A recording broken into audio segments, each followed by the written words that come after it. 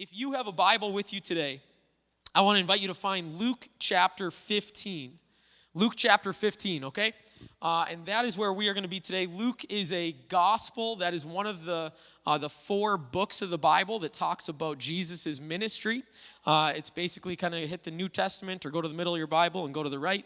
If you don't have a Bible, it's fine. It'll be on the screen. I want to jump in kind of quickly today. I have a lot I want to cover.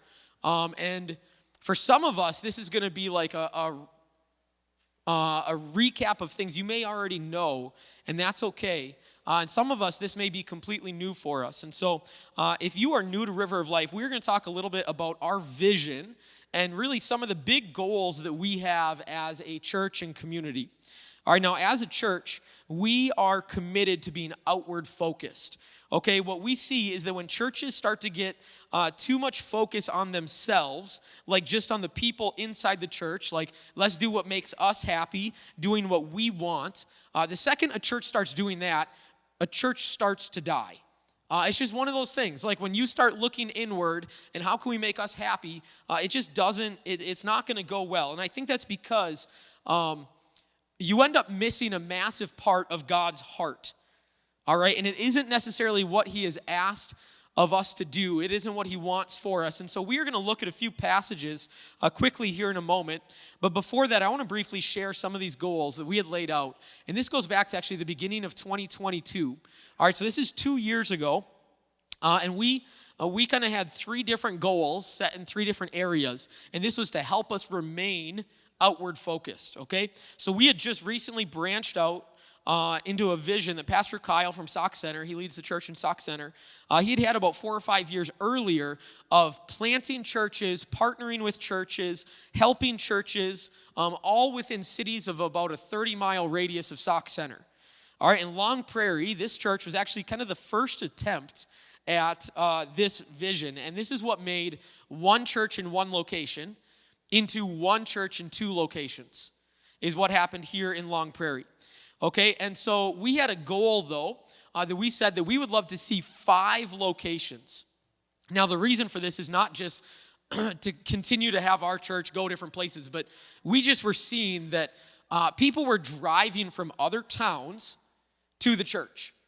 And that's great when it comes to a weekend, but if you want to get involved on midweek stuff, you want your kids involved, you want to be at youth group, it gets really difficult to continue to make that drive on a regular basis. And so the idea from Sauk Center was, instead of that church continuing to grow and grow and grow, what if we started to help facilitate other churches in nearby communities? And we kind of said communities that have a school. And so that was kind of our target. And this was the first one, but we said we would love to see 5 locations. Okay, 5 locations of a thriving, life-giving church. All right, now as of now, 2 years later, we have 3 locations that are already like rolling. BBE is going to have an official grand opening. That's our 3rd location. That's coming up in, I think, February, their grand opening. And then we have a 4th one that they are already gathering their launch team, their lead team, we're kind of calling it, and they're starting to get together, and they're moving in this direction, and this year it's going to launch. And so that'll be 4 locations that we are at, which we are super excited about. The second part of this vision was that as a church, we would be training people, equipping people to be the next generation of pastors. All right, of people who are starting Jesus-centered nonprofits, people who are called overseas as missionaries.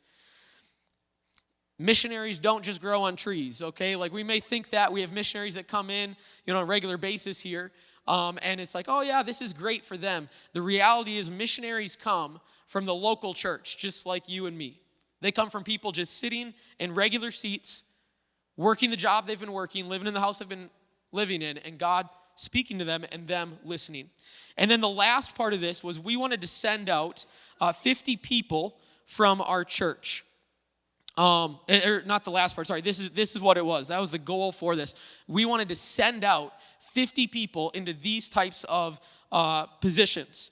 All right, and it would look like all different things in all different places. Now, currently, we have sent out missionaries. We have families in Kazakhstan and Azerbaijan. We have 2 families that have gone out as missionaries. We have pastors who were sent from Sauk Center to Long Prairie here with Pastor Aaron. She used to live in Sauk Center, attended that church, was a board member, and just felt that call and began to answer that. We have a pastor in Freeport, pastor in BBE. We have people doing jail ministry here in Todd County. We have a bunch of other people that have been feeling this, and they're kind of in a pipeline of kind of figuring out what's next. What does this look like for me? And then we have a bunch of kids and teenagers that are just saying, hey, I want to be used however God wants to use me.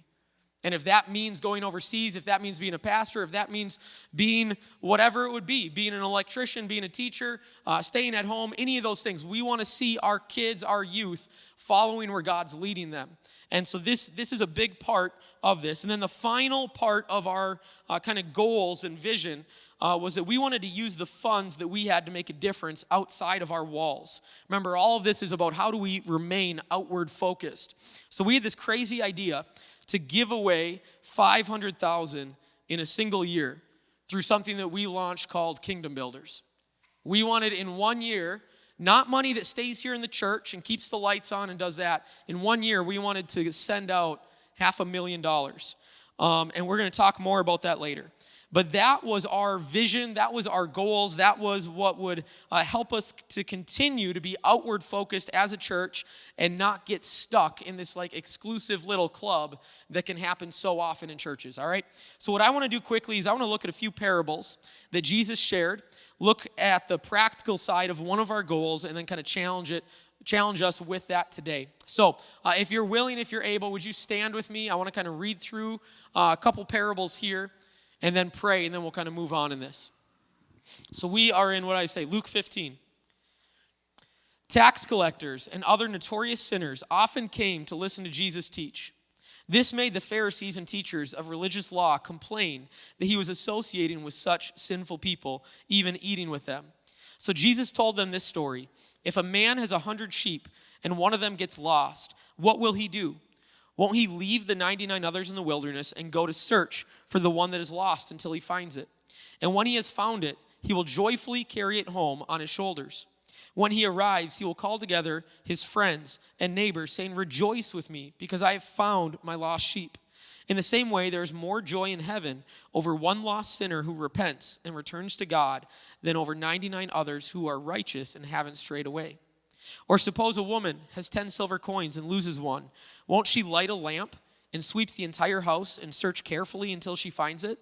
And when she finds it, she will call in her friends and neighbors and say, "Rejoice with me, because I have found my lost coin." In the same way, there is joy in the presence of God's angels when even one sinner repents. God, I pray that this morning, Lord, that as we just kind of remind ourselves of so much of what the purpose is that we have here, God, that really what would be happening here is not our purpose, our ideas that we've come up with, but God, that we would just be drawn closer to your heart. Lord, whatever your heart is for this world, what your heart is for us, Lord, we want that. We want to follow that. So God, I pray that that is where we would grow today, God, that we would just grow in our hearts, Lord, just to reflect yours even more. We ask that in your name. Amen. All right, you guys can have a seat. Both of these passages that we read, these parables that Jesus is sharing, they really just show a massive part of God's heart. All right, the Pharisees were mad that Jesus was hanging out with tax collectors and notorious sinners. And they thought he should be spending time with religious leaders. So Jesus shares these two stories, and the stories aren't necessarily painting a picture of like, hey, this is where all of my time should be spent. Okay, that's a mistake if we start to read it in this way, that all of our time is meant to be spent here. Instead, what we begin to see here is that Jesus is here on a rescue mission. All right, and he is going after the lost, but then he's not staying there and just being like, all right, hey, forget the 99, I'm going to hang out with the one. He's saying, hey, I'm going to find you, and I'm going to draw you back in to the 99. I'm going to find that one lost silver coin and draw it back into the 10. That's when the celebration is. Notice the celebration happens not when he goes and is with that person, but when he actually draws them back in. And so this is kind of the heart of what's going on here. He's not trying to say like, hey, your entire life you should just only spend time with people that are far from God. The stories actually point to the reason being that like this is a rescue mission. So this is part of that focus of if someone or something is lost, you go after it. You go to where it is. You find it there. You don't just forget about it. Okay, now the parable that follows these two is actually even more kind of famous. Like if you've been in church, you've probably heard it before. If you haven't, there's even a good chance that you've heard it before. It's the prodigal son.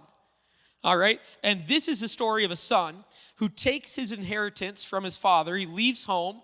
He squanders it, then he comes back looking for forgiveness, and the father, instead of being mad, sees him coming, runs to him, and forgives him. It's this beautiful, beautiful story that Jesus shares. But I want to focus on one specific part real quick, okay? Now, when we look at the beginning of the prodigal son, verse 11, it's right after the lost coin, it says this: to illustrate the point further, Jesus told them this story. A man had two sons. Okay, so just that line right there, the opening line of this, Jesus is saying, hey, this links with the previous one. The previous one is about leaving the 99, finding someone who's lost, bringing them back in, celebrating. So we should have that on our mind. But then he says this, and what's the opening line? A man had two sons. The focus of this story is two sons. But the crazy thing is, as you read from verse 11 all the way down to like verse 24, you only hear about one son. And it's that story that I just kind of highlighted of a son who takes money, leaves, spends it really in dumb ways, and then ends up kind of going back and looking for forgiveness. We have to go all the way down to verse 25 to see what's going on with the second son. And now this is the focus of what Jesus wants to talk about. Remember, it's a story about two sons. And so let's look at this. Verse 25, it says, meanwhile, the older son was in the fields working. When he returned home, he heard music and dancing in the house. The younger son had come back. He had left. He had taken his inheritance even before his father died, which is very rude to do. Squanders, loses all of it, comes back, and there's a celebration going on. The older son is coming in from working. And he asked one of the servants, what was going on? They say, your brother is back. He was told, and your father has killed the fattened calf. We are celebrating because of his safe return. The older brother was angry and wouldn't go in. His father came out and begged him, but he replied, all these years I've slaved for you and never once refused to do a single thing you told me to. And in all that time, you never gave me even one young goat for a feast with my friends. Yet when this son of yours, notice how he refers to his brother. He doesn't say, yet my brother. He said, no, this son of yours. He's already like dismissed him from the family. That's his feelings here. He's not even recognizing him as a brother. This son of yours comes back after squandering your money on prostitutes. You celebrate by killing the fattened calf. His father said to him, look, dear son, you have always stayed by me, and everything I have is yours. We had to celebrate this happy day, for your brother was dead and has come back to life. He was lost, but now he is found. There are two sons and two focuses of the story. What happens to the one who is lost, just like in the previous two parables, and then this one who takes it a step further. And Jesus actually brings it to, hey, yeah, we see what happens to the one that's lost, and we go after them and we find them. But what happens to the 99 that were left behind? What can begin to happen inside of them and in their heart and in their attitude? We can get jealous. We can get bitter and angry. We can feel like, I don't want to go after them. Maybe they're lost because of their own stupid choices. Why should I have to give up my resources for that person to be found? They're making all these choices themselves. And Jesus' response is simply because when someone is lost, we go after them. And when they're found, we celebrate. And this is the heart of the Father, and it's the heart that we have to have. And this is the heart that we as a church, we want to have. It doesn't mean neglecting the 99, but it does mean going after the one. And I wish that there were just one, but there are so many. And I would guess that every single person in this room has someone in your life that doesn't know Jesus in a life-changing, life-altering way. And we want to help change that. We want to be part of that process. And that's what Kingdom Builders is all about. That third part of our vision, it's all about this going after the one. And I want to take today to explain the idea of kingdom builders a little bit more in depth. I'm not going to be able to cover everything. If you have questions after today, you can contact Pastor Aaron or myself. We would love to sit down, talk more about this. But I want to give a little bit of a better explanation, because what you're going to find if you start to come to River of Life Church, if this becomes your church home, this is a huge part of who we are. We talk about it a lot, and it's something that we're going to do. All right, and so we want to just make sure people are on the same page. And so I want to do that. I want to get us on the same page of what Kingdom Builders is, what we mean by that. All right, now Kingdom Builders is a way that we, as individuals, partner with organizations financially. Remember, we said the Kingdom Builders side was we wanted to give away $500,000 in 1 year. Now, the traditional approach to finances at a church, they might look like this. And I've used I've grabbed the offering buckets before, and you put out like 8 to 10 buckets, and the buckets might be buckets, they might be budgets, they might be bank accounts, but at a lot of churches, you have different buckets, and one of them might be, okay, here's the general tithe that's coming in. Then you have another one, you're like, this is the money for youth ministry, and then kids ministry, and then men's ministry, and women's ministry, and missions, and benevolence, and facilities, and the kitchen, and church planting, and outreach, and Easter events, and I don't know, you could probably come up with another 20, and some churches probably have. All right, and like you just have all these different budgets that you have going, and you're always trying to kind of manage that, and okay, which one is, this one has a lot of money, and for some reason they aren't spending any of it, and this one is spending all their money plus some, and we got to figure that out, and you have all these different things going on. All right, now that approach is not necessarily wrong. All right, we found that for us, that we felt like what happens often in that approach is people end up with one or two of those buckets that are kind of their favorite. It's the things that they feel like are kind of close to their heart. And when that happens, we can begin to have like tunnel vision as a Christian. And we can say, okay, I really want to focus on the youth ministry. I really want to focus on benevolence. I really want to focus. And we just it ends up drawing things in. And honestly, it kind of defeats the purpose of being outward focused. All right, and so we have moved to a different type of idea when it comes to finances. We essentially, it's not always perfect, but essentially have moved to 2 buckets. Just simply 2 buckets, and that's it. We have a general fund, and then we have what we call kingdom builders.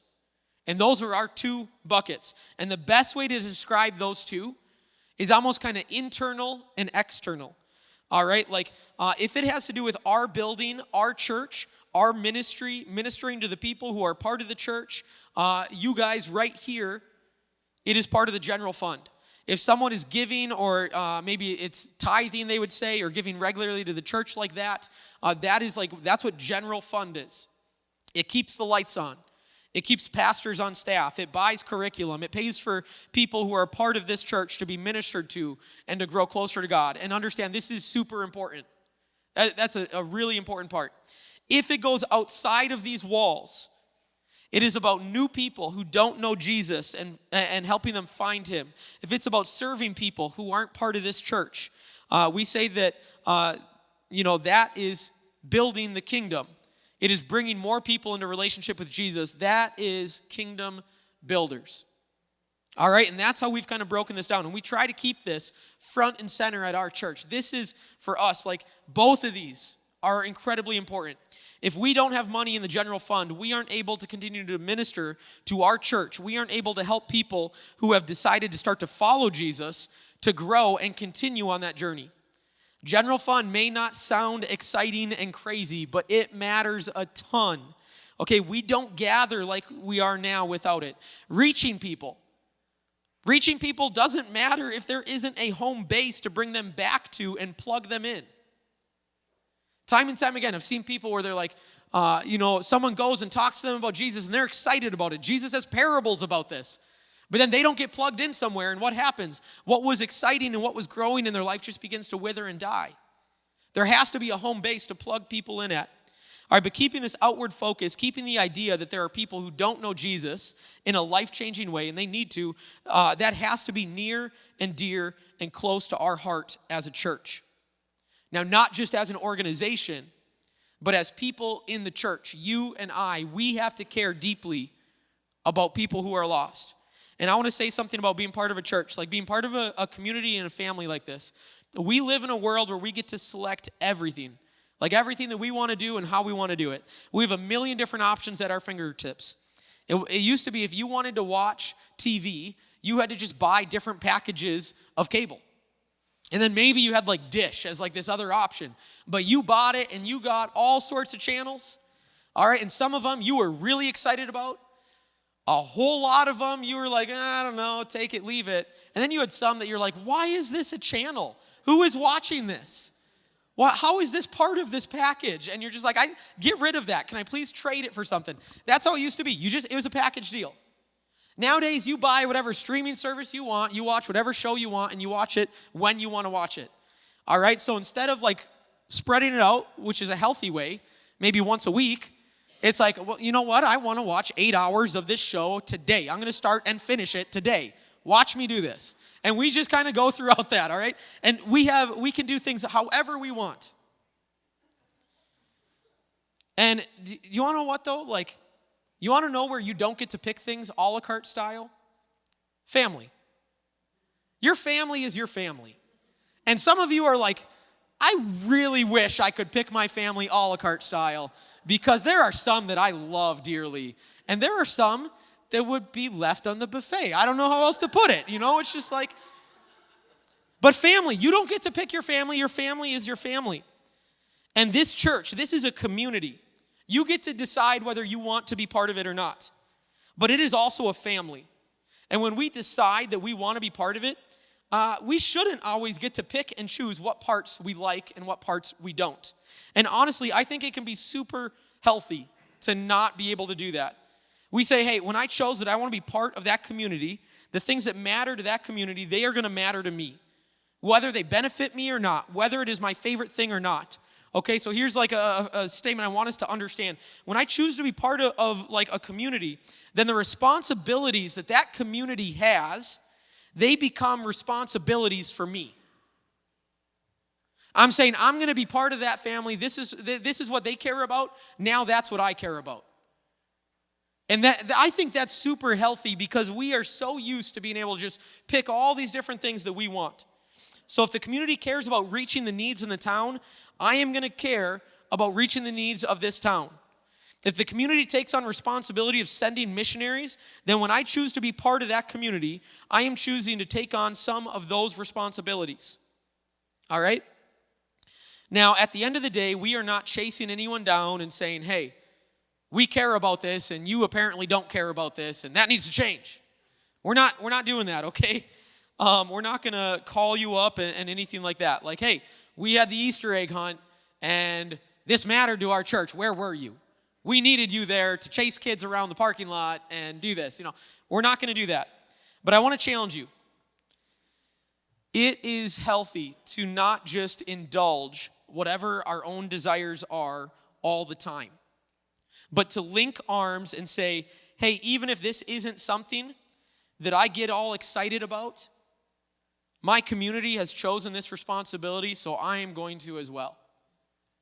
And here's what I would say. If you're wanting to start to be part of what God is doing in this community, like financially here, if you're sitting here, you're like, okay, maybe I want to be part of this. My challenge is to start first with that idea of the general fund. Okay? And that is the part that is making things happen around here. It is the home base. It's the part that honestly is going to benefit you. And I think that's an okay place to start. All right?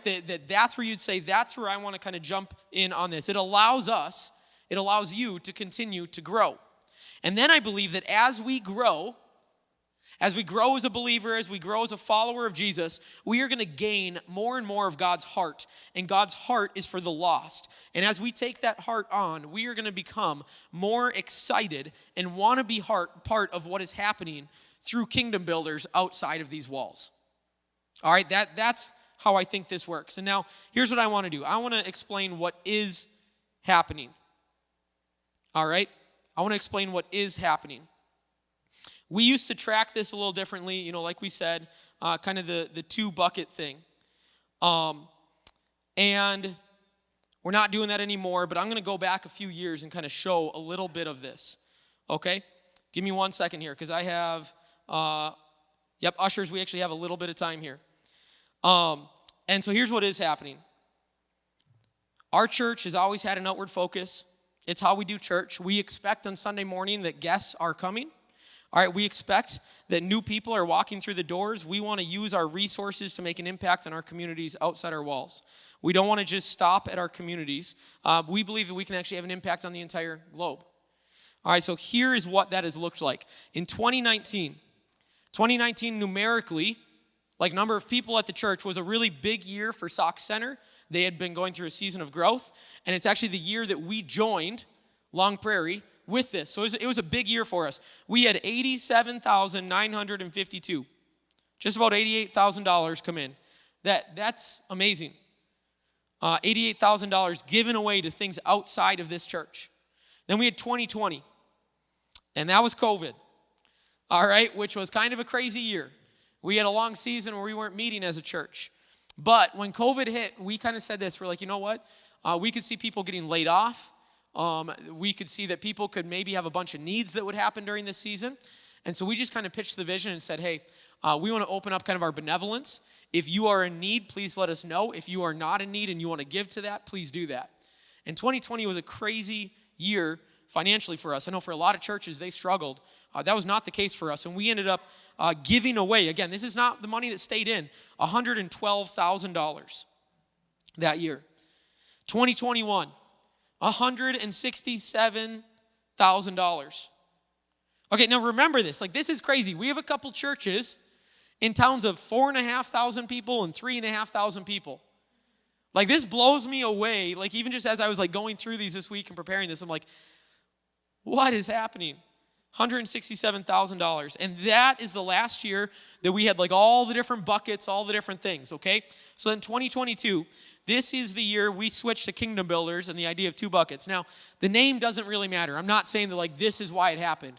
I do think that helped us be a little bit more focused and a little bit more aware of where our money was going and what we were doing with it.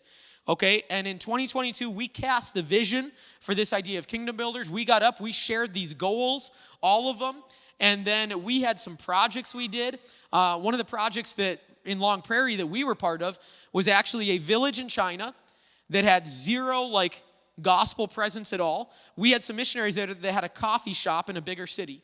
And that village was asking them, would you come and help us grow coffee that you would use in your coffee shop? And this would give that village some economic stability because there wasn't a whole lot of jobs. This village was up in the mountains. And these missionaries are there, and they have a worker in their coffee shop who's from that area, spoke that language, and had become a believer. And she was like, hey, listen, there's nothing there. There's no believers. There's no church. We don't have any amount of scripture translated into our language. There's nothing. And so we were part of raising money to help them start a coffee farm in that village and then build a house in that village where they could actually start to work with this employee to start to try and translate some of the Bible into their language. This is not like big theologians figuring out all the different things from the Greek and the Hebrew, just saying, hey, we got to do something. People have nothing. There's no way they're ever going to hear about Jesus without us coming and doing something like this. And so we were able to be part of that. And in 2022, our goal was $200,000 to give that away. And we hit the end of the year, and we had given $298,000, 585. Like, can I just say, like, we were, as pastors, it was one of those humbling moments where you're like, okay, our dreams were not big enough, apparently. And you're just like, this is crazy. Remember, this is 2 churches in these tiny little towns. So then this past year, we're sitting there and we're like, well, man, I don't think if you would have asked us 2 years before that, we would have said, yep, then the next goal we would have had was probably like 300,000. I don't think we could set a goal of 300. If we came back and said, hey, our goal is 300,000, I think you guys would be like, what? Like, come on. Like, we just did 298. And so we're sitting there and we're like, okay, well, we'll set a goal for 350,000. We had no idea if 2022 was a fluke or what was going on. All right. And so we set a goal, and in 2023, we ended up giving 308,363. And that is crazy. It wasn't 350,000, but you know what? Understand this. This is crazy. And we were so incredibly excited about this. And still at this point, this is two churches. BBE, St. Joseph, they really weren't part of anything Kingdom Builders this last year. They were actually receiving some of that Kingdom Builders as we were planting new churches, going outside of our walls and doing more. And I kind of looked at this and went through it and broke down some of the stuff from Long Prairie. And we don't know the exact number because some of our things isn't separated, right? Like we did the Christmas offering. We did a benevolent offering on Christmas Eve. Some of those things, they just all kind of go into one, so we don't know the exact numbers. But Long Prairie roughly gave about $80,000 of that this last year. This church, you guys, right here. This room. Like, this is crazy. I don't know if we understand that. In this little town of 3,500 that has a heart and a vision to see God moving outside these walls, that we would give away $80,000 last year. And when things like this are happening, understand it impacts the community, it impacts the world, but it also impacts us. It impacts you and it impacts me. When we catch the vision that we need to be part of the world finding Jesus, as we continue to grow as a church, my prayer is that we would just continue to have more and more of God's heart for the lost. Because as great as last year was, God isn't done, and we did not accomplish everything that we wanted to accomplish, and we have not accomplished everything that we need to. And we hit January, and guess what? We are at 0. And that's awesome. I love that. God gives each one of us resources in our life, and we are called to steward them. That means that those resources aren't necessarily ours. We're just put in control of them. And as more and more of us make efforts to go on missions trips and see what God is doing around the world, to be part of ministering on a global level, the more we catch that heart. Right? Like if you go on a trip, if you're in this room and you've gone on a trip with us, like it starts to stir something in you where you're just like, I can't do nothing anymore. I need to be doing something. This is there. You see the needs. This is why for me, at the beginning of December, I just got back from going to Albania, Macedonia, Kosovo, and Montenegro. All right, the Balkan Peninsula. And 4 other pastors and myself for like 7 days hopped in a van and drove like crazy all around these countries, visiting churches, visiting pastors, seeing the needs that they had, seeing the persecution that they were suffering, seeing just the massive need of people who have never heard about Jesus. And I need to do things like that, because if I don't, I begin to slip back into just my own selfish desires and what I want to do. I'm just telling you, I know that about myself. Call it the human condition, but I'm just going to say it about me right now. If I don't have those things front and center in my life, I slip back into that. There's a reason why we bring missionaries in once a month. There's a reason why we're doing 3 or 4 missions trips a year and encouraging people to go on those. Because if this is not something that's kept in front of you, it is so hard to not slip into this self-centered way of living. And I think that it's even harder for us in the United States. All right, now, talking about money is not always a fun thing as a pastor, all right? But I love talking about kingdom builders. It is so much easier talking about money that does not benefit me, right? Like, to just say, hey, I think this is great because it's going away.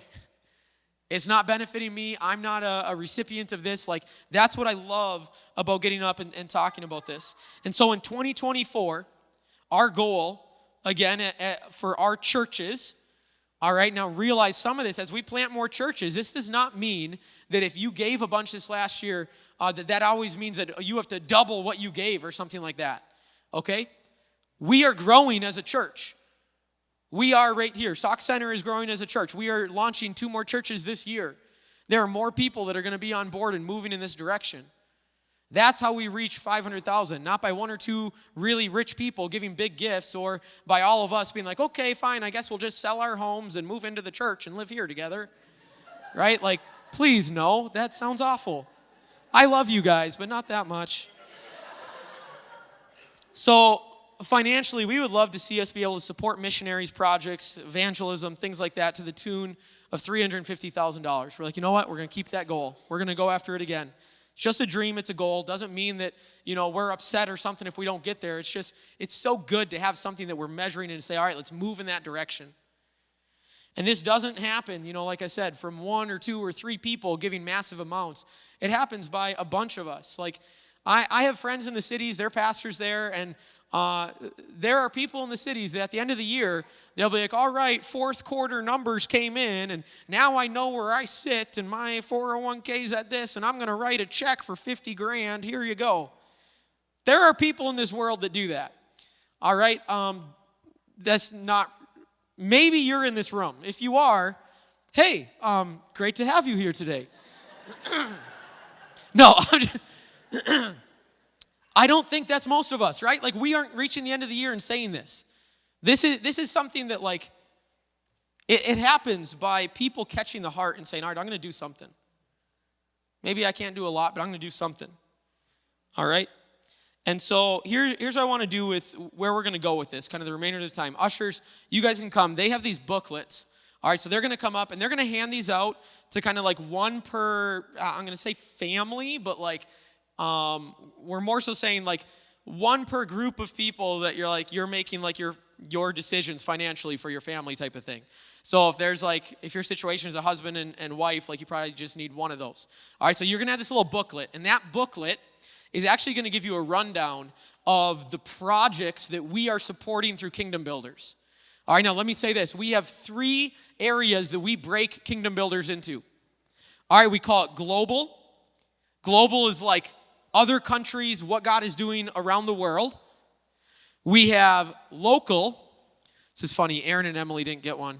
They just assumed that, they're like, you guys already got this planned out, right?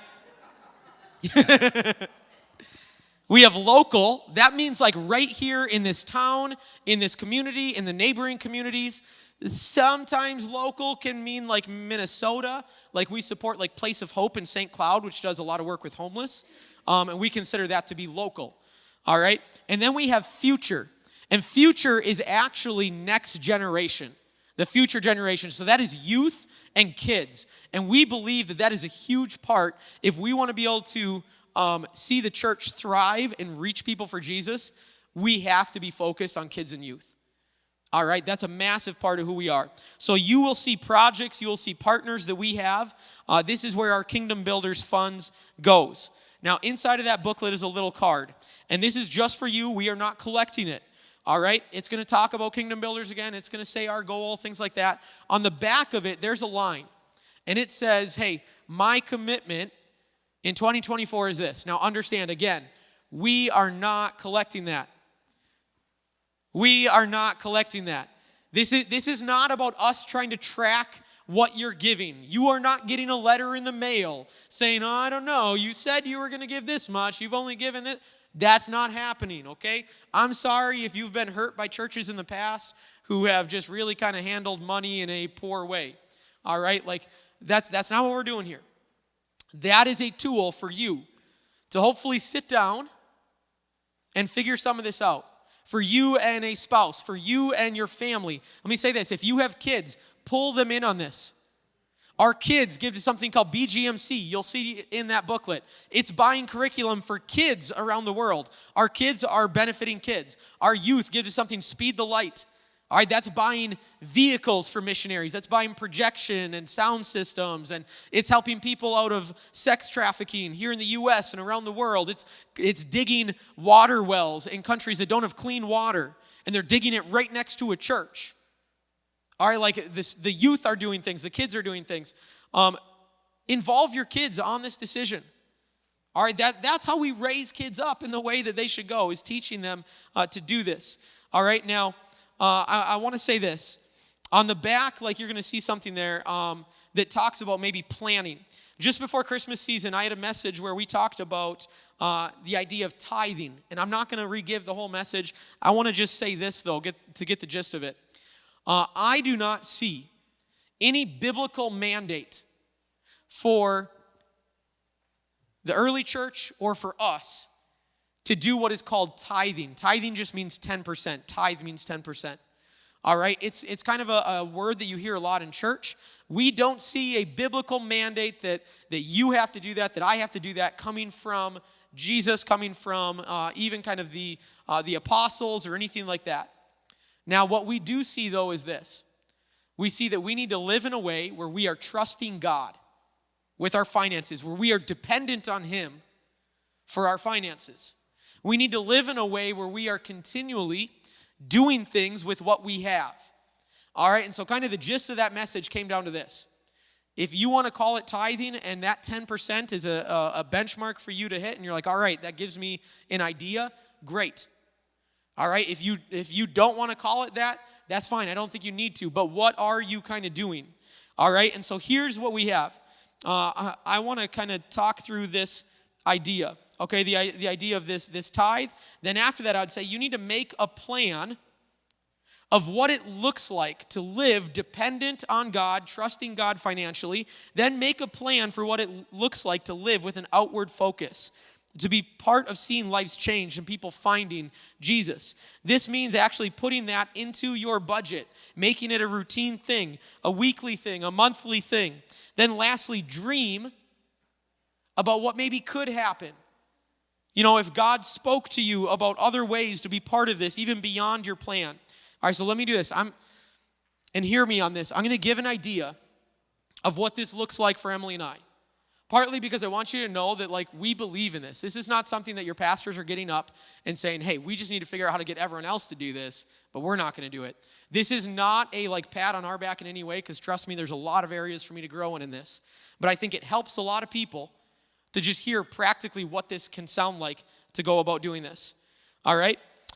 Emily and I have traditionally given to the church and actually our district, because we're credentialed and we're required to give there as well. We give a regular thing, call it tithe, call it what you want, okay?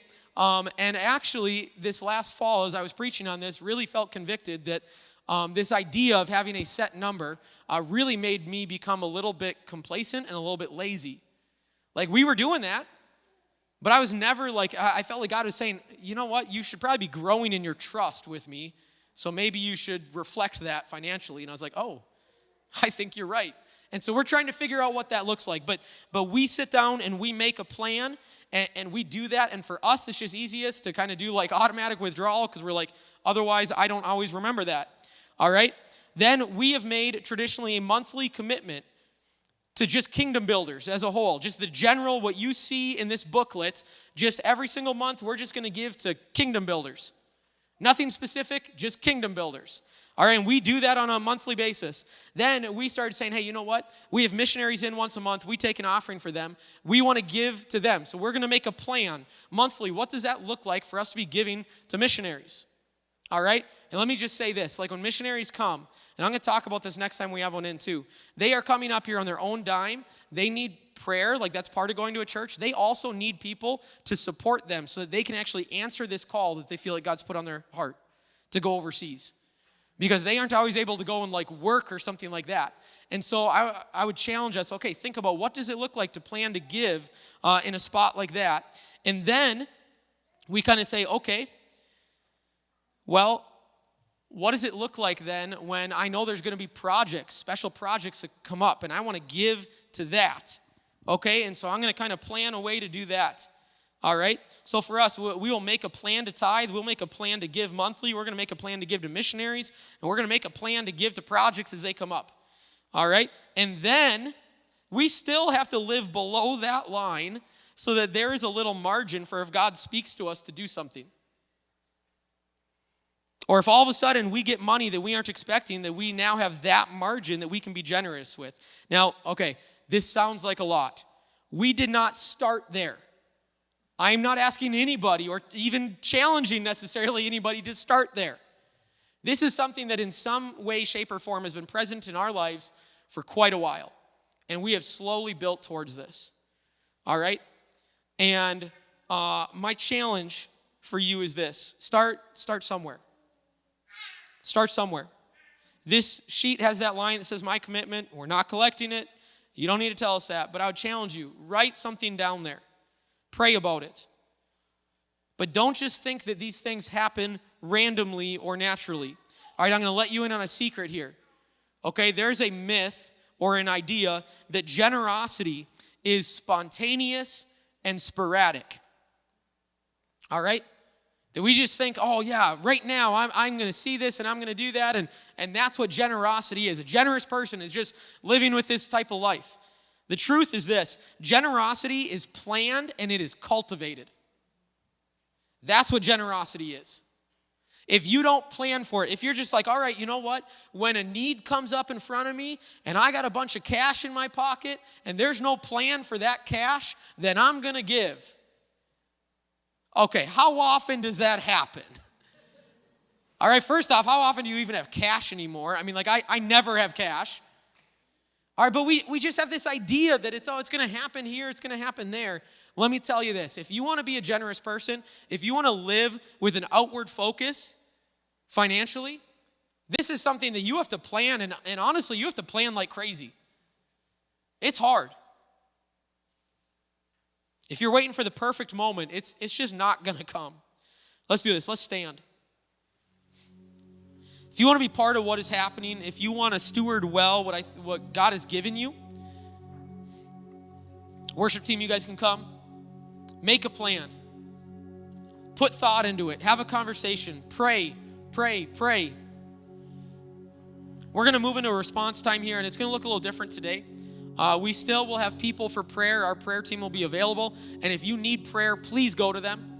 Please don't hold back. Please don't feel like you need to just stay where you are. If you need prayer today, we would love for you to be able to do that. All right? But what we're going to do is I want you right now even to just start thinking, start praying, start asking God, what is it that you would have me do? And if you're sitting in a spot where you're there if your situation is yourself, then I want you to be thinking and praying. If your situation is a spouse or family or you have kids with you or something, you can start having this conversation. When we start kind of singing this last song, maybe you even want to sit back down and be like, hey, let's talk about this real quick. Maybe you've already had this conversation and you're like, hey, are we still good with that? We had this conversation last month. We still good with that number? Or are you feeling that God's speaking something to you today? And I want to challenge you just to be thinking through what that looks like. Okay, and this might be completely new to you, and you might be here for the first time, and you're like, great, first time I went to church, they're talking about money. All right, I promise you, this is not a regular occurrence. All right, this is part of our vision. We are going to be outward focused as a church. And I believe that's why our church is growing. That's why we're seeing things happen. That's why we're seeing lives changed. Because we're outward focused. And this is part of that. And so I want to just challenge you to be thinking through this. I love Kingdom Builders because this isn't about us. It's about the lost. It's about maybe you didn't know this, the 42% of our world that not only do not know Jesus, but basically have zero hope of knowing him without outside intervention. They don't have any churches in their country. They don't have enough Christians in their people group where someone will tell them about it. They maybe have zero scripture in their language. And you'll see in this book, we support different things. There's a group called Project 42. Their entire focus is at 42%. Because if they don't have churches, they don't have Christians, unless we're doing something, there's just no hope of them hearing about Jesus. So I want us just to take time right now. Pastor Aaron, would you come? And actually, I didn't say this to you necessarily, but I would love for Pastor Aaron to come and just kind of even pray over us, pray over the room. Maybe some of us right now, we need God to speak to us. Maybe some of us, we need to heal from some past hurt surrounding finances and church and God. And I'm sorry if that happened. I really am. And if you're in a spot of healing, maybe today you're not in the spot where you're like, I need to be praying about this. You need to just be praying about healing and saying, God, I need to figure this out. And hear me, I grieve with you. I'm sorry. There are situations like that. But I want Pastor Aaron just to pray over the room, pray over just each one of us, pray over our church, pray over what our partners and what we're going to be doing, pray over what this next year can look like, and just kind of lead us in this. And we're going to go into a song. If you need prayer, go for it. Otherwise, I want to challenge you to be thinking, praying, talking to somebody next to you, and coming up with a plan.